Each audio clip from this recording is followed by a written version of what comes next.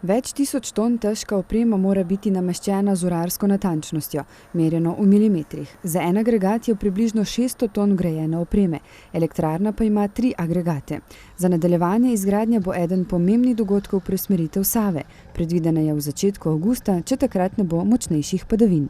Zaenkrat imamo še vedno v planu, da bi prvo sinhronizacijo izvedli v letošnjem letu, to je izvedljivo.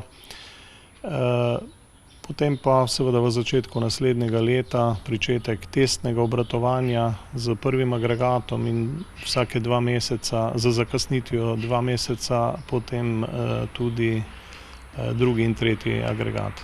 Akumulacijski bazen brežiške elektrarne je 3-krat večji od drugih akumulacij na Savi. Ta elektrarna skrbi za izravnavo pretokov Save proti Hrvaški. Tako da bo z izgradnjo elektrarne omogočena večja fleksibilnost oskrbe z električno energijo. To pa pomeni, da bo električna energija na razpolago takrat, ko se najbolj potrebuje. Takrat, ko pa bo manjša poraba, bomo pa polnili akumulacijska jezera. To je potem tudi osnovni princip delovanja te verige. Vrednost brežiške elektrarne je ocenjena na 118 milijonov evrov brez davka na dodano vrednost. Značilnost gradnje verige je, da so doslej elektrarne od Boštanja do Krškega zgradili v skladu s finančnim načrtom, brez dodanih stroškovnih obremenitev.